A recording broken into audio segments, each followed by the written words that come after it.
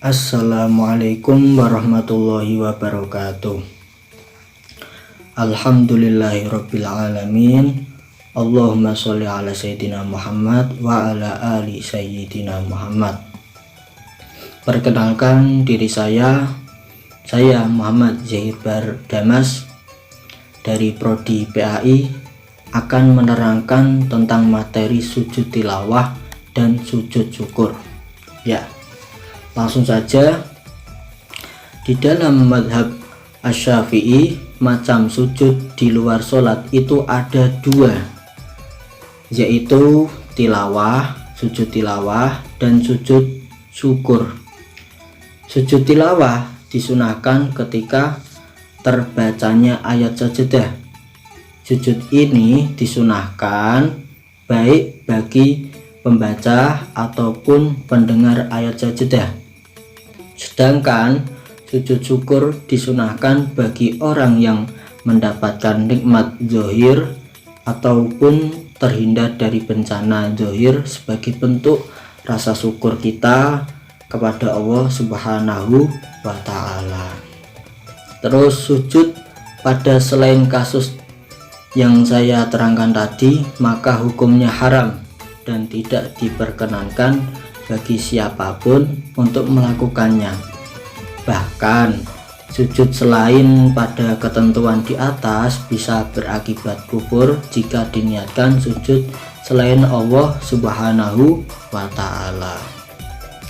Berbeda bila seseorang meletakkan kepalanya di atas tanah atau dasar karena ia merasa hina ataupun untuk merendahkan hati dengan tanpa niat sujud, ya, maka hal ini tidak diharamkan karena yang demikian bukan tergolong sujud.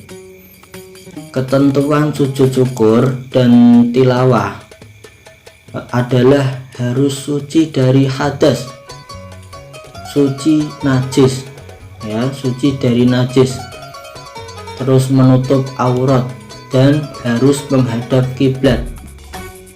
Sedangkan cara melakukannya ialah pertama harus niat dulu, terus yang kedua takbiratul ihram dengan mengangkat kedua tangan sebagaimana dalam sholat, kemudian sujud satu kali, setelah itu duduk dan salam.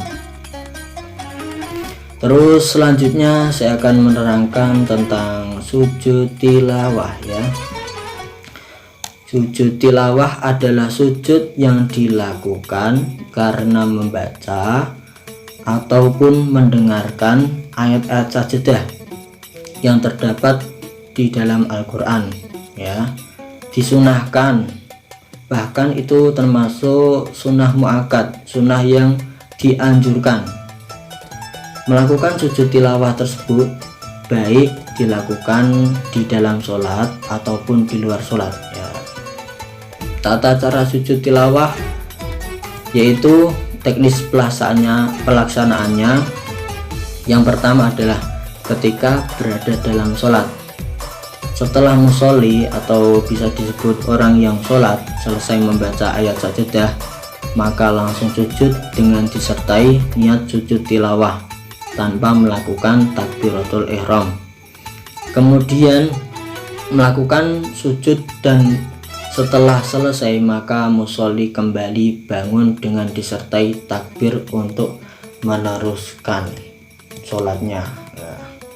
Sujud tilawah yang dikerjakan di dalam sholat tidak memaknai takbiratul ihram dan salam, namun bagi makmum tidak boleh mengerjakan sujud tilawah bila mana imamnya tidak mengerjakan, ya, sekalipun makmum mendengar atau membaca ayat-ayat sajadah. Terus yang kedua, ketika di luar sholat, ya, setelah selesai membaca atau mendengarkan bacaan ayat sajadah, maka langsung menghadap kiblat, kemudian takbir disertai niat lalu sujud, kemudian takbir untuk duduk lalu salam, ya. Niat sujud tilawah itu seperti apa? niat sujud tilawah, yaitu nawaitu sujud tilawati sunnatalillahi ta'ala. Saya ulangi lagi, nawaitu sujud tilawati sunnatalillahi ta'ala, ya.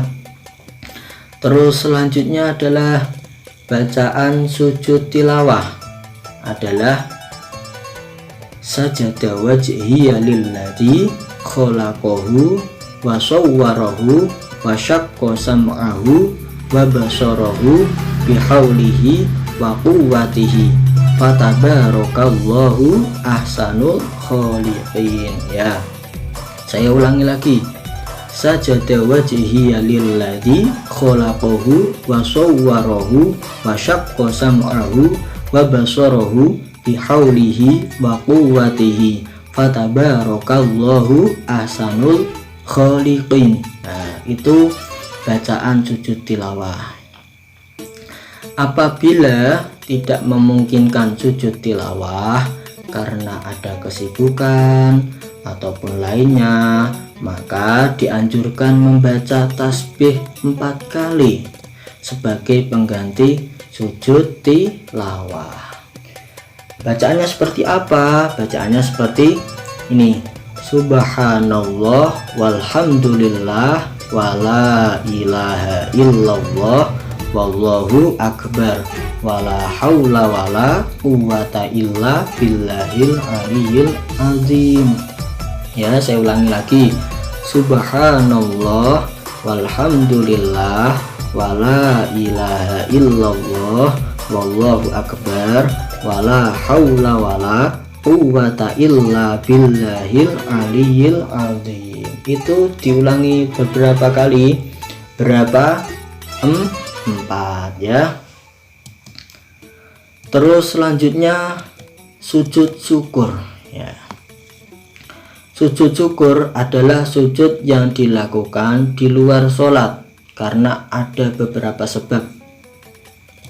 Berikut ini beberapa sebab disunahkannya melakukan sujud syukur, ya. Yang pertama adalah ketika mendapatkan nikmat yang tidak disangka sebelumnya, baik nikmat pada dirinya sendiri, kerabat, teman, atau umat Islam secara umum. Akan tetapi tidak disunahkan jika karena mendapat nikmat yang terus-menerus seperti nikmat Islam dan lain sebagainya, ya. Yang kedua adalah terhindar dari bencana atau musibah yang tidak diduga-duga sebelumnya, seperti selamat dari tertimpa bangunan yang roboh akibat gempa atau selamat dari tenggelamnya kapal. Terus yang ketiga adalah ketika melihat orang lain melakukan kemaksiatan sebagai rasa syukur bahwa dirinya tidak melakukannya. Nah, itu disunahkan, ya. Yang keempat adalah ketika melihat orang lain tertimpa musibah pada anggota badannya seperti buta, tuli, atau gila. Namun pada saat melakukannya disunahkan untuk tidak diperlihatkan badannya, ya. Adapun cara melakukan sujud syukur yaitu dilakukan di luar sholat dengan 1 kali sujud, disyaratkan dalam keadaan suci, ya. Disyaratkan dalam keadaan suci. Terus selanjutnya adalah menutup aurat dan menghadap kiblat. Sementara rukun-rukunnya adalah yaitu yang pertama niat. Nah, yang kedua takbiratul ihram, yang ketiga adalah sujud 1 kali, yang keempat yaitu duduk, yang kelima adalah salam, ya. Niat sujud syukur itu seperti apa? Niat sujud syukur ini yaitu nawaitu sujud syukri sunnatalillahi ta'ala. Saya ulangi lagi, ya. Nawaitu sujud syukri sunnatalillahi ta'ala. Itu cara niat untuk sujud syukur. Bacaan sujud syukur itu seperti apa? Bacaan sujud syukur itu yaitu sajada wajhiya lilladzi khalaqahu wa sawwarahu wa syaqqa sam'ahu wa basarahu bihaulihi wa quwwatihi fatabarakallahu ahsanul khaliqin. Nah, itu saya ulangi lagi ya. Sajada wajhiya lilladzi khalaqahu wa sawwarahu wa syaqqa sam'ahu wa basarahu bihaulihi wa quwwatihi fatabarakallahu ahsanul khaliqin. Nah, itu bacaan sujud syukur ya. Terima kasih dari saya.